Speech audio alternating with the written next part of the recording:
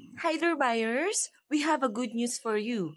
This is a pre-selling Aina Townhouse, ang bago naming house unit sa Sorrento Subdivision, located at Barangay Pinagkawitan, Lipa City, Batangas. And the other good news ay ang pinaka-aabangan nyong pag-ibig financing ay pwedeng-pwede na.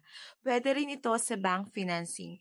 This Aina Townhouse offers both classic and premium for inner and unit and of course the corner unit.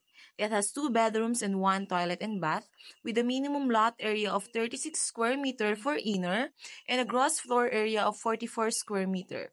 Itong pinapakita ko sa inyo is a sample of premium or complete Aina townhouse. For the classic naman po, expect nyo na wala itong tiles, ceiling, and even partitions. Kayo na po ang bahalang mag-modify once na ma-turn over ang unit sa inyo. So if you want to know more about this Aina townhouse, just click the message button below or call me on the given contact number. We also cater other house designs and lot-only package. Inquire now.